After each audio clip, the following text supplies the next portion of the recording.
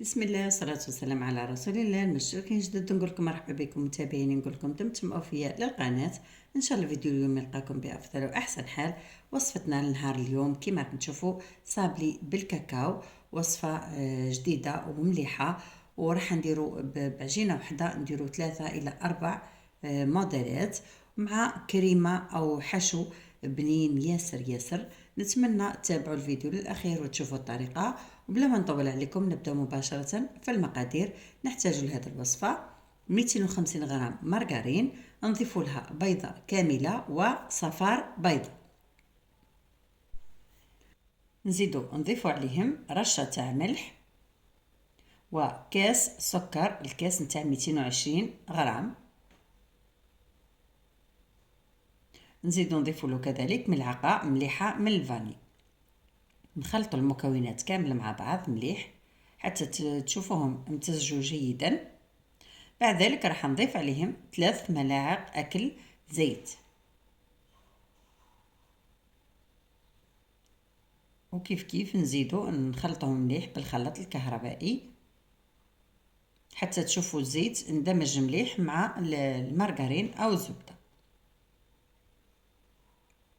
خلط لمدة دقيقتين فقط. بعد ذلك نبدأ نضيف المواد الجافة. نحتاج فيها 2 ملاعق أكل كاكاو بني، ونكملو بالفارينة مع ملعقة صغيرة خميرة الحلو.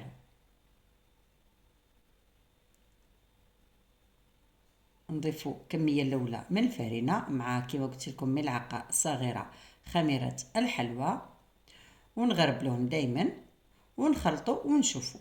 إذا احتاجت الفارينة راح نزيد نضيفوا دايما الفارينة، ضيفوها بالتدريج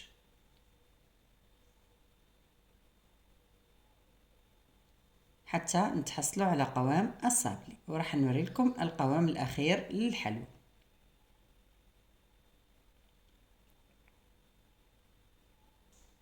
هذا هو القوام حتى تشوفوا يعني العجينة ما بقاش تلصق في اليد. هذا هو القوام كما راكم تشوفوا. نغطوها ونبداو مباشرة في التشكيل. دائما نفرشوا بلاستيك غذائي هكذا باش يعاونكم باش الصابلي ما يحتاج انكم تزيدوا له الفارينة، وفي نفس الوقت تجي خدمتكم نظيفة. نبسطوا العجينة على سمك الصابلي تقريبا نصف سنتيمتر. وكما قلت لكم انا هذه الوصفة شكلت منها عدة انواع. راح نبداو بهذا الشكل نتاع الوردة، والانواع يعني لكم الاختيار. طيبوهم على 180 درجة وخلوهم يبردوا تماما. نروح نحضروا الكريمة. نحتاج فيها 125 غرام مارغرين، نضيف لها 2 ملاعق أكل زيت ونخلطهم مليح بالخلاط الكهربائي. ودايما الزبدة أو المارغرين لازم تكون بحرارة الغرفة، يعني تكون طرية. بعد ما نخلطوهم راح نضيف لهم علبة من حلوة الترك أو الشامية مع ملعقتين أكل سكر ناعم وملعقة مليحة فاني، ونزيدو كيف كيف نخلطوهم مع بعض. وحلوة الترك أو الشامية كنت درتها معكم سابقا فيديو اللي تحب تخدمها في المنزل، ولا تحبوا تشروا علبة جاهزة كما تحبوا. ودائما خلطوا الكريمة مليح حتى تحصلوا على هذا القوام. ونروحوا مباشرة للحلوى بعد ما طابت وبردت.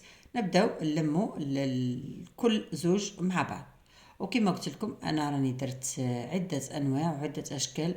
الفيديو نتاع الاشكال الاخرى للاسف يعني راح لي، لكن الحمد لله يعني بقات الصور.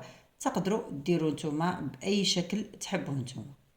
نلمو كل زوج مع بعض بهذا الشكل ونديروا كمية مليحة من الكريمة، تكون طبقة يعني تبان شوية. ودايما ننظفوا الجوانب نتاع الحلوى ونحطوها في الثلاجة تبرد شوية. نحطوها في الثلاجة مش المجمد،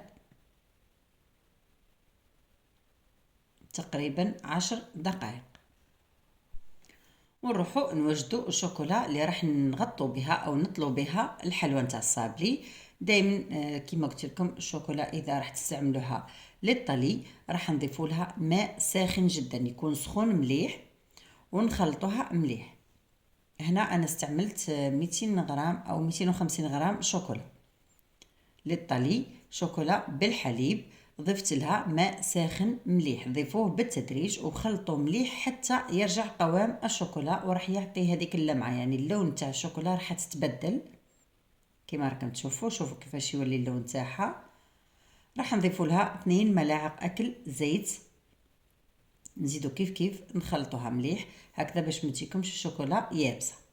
ونحتاجو للتزيين ملمع غذائي، واي مول تختاروه. انا راح ندير لكم عده انواع، راح نوريكم الطريقه وانتم ديروا بالموديل اللي يعجبكم.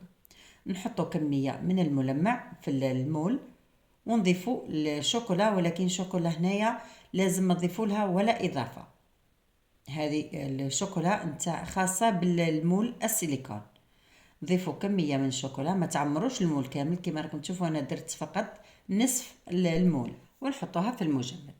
ونرجعوا لحلوى الصابلي بعد ما بردت تماما. نجو الان للخطوه المهمه. بعد ما نغلفوا الصابلي ونخلوها شويه تنشف بالتقريب 2 دقائق الى 3 دقائق، وانتم على حساب يعني الجو عندكم. اذا عاد بارد الحال ثمثم، يعني ما تطولوش، ما تخلوش الشوكولا تجمد مليح، وفي نفس الوقت ما تكونش ذايبه، تكون في الوسط. بعد ذلك نجيبوا في صفايه كميه من الكاكاو ونرشوا عليها بهذا الشكل، يعني ما تكثروش الكاكاو. وفي نفس الوقت كما قلت لكم لازم الشوكولا ما تكونش ذايبه ياسر، تكون شويه حاكمه روحها. اذا خدمتوا هذه الخطوه والشوكولا ذايبه راح تمتص ياسر الكاكاو وراح تجيكم معجنه، يعني ما يجيش شكل زين. ونزينوها بشكل الورده اللي كنا خدمناه حطيناه في المجمد، وهذا هو الشكل تاعها بعد ما بردت. لصقوها بقليل من الشوكولا، وكما قلت لكم خدمت عده اشكال وعده انواع.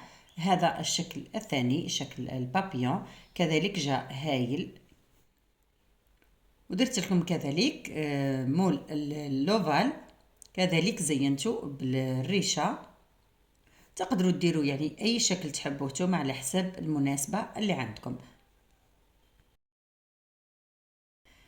وراح نقص معكم حابه تشوفوا القوام تاعها.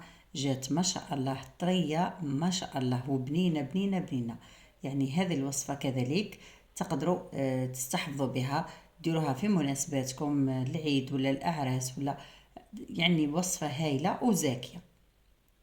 هذا هو شكلها بعد ما قصيتها. شوفوا القوام تاعها تجي طريه وتذوب في الفم.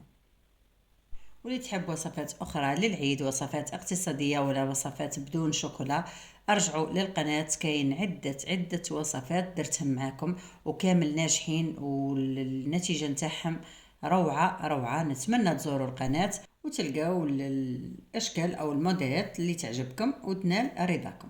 لحقنا لنهاية الفيديو، ما بقى لي غير نقولكم لا تبخلوا علينا في الإعجاب والاشتراك في القناة وفعلوا الجرس ليصلكم كل جديد، وبارطاجوا لتعم الفائدة. وانتظروني في الفيديوهات القادمة إن شاء الله، والسلام عليكم.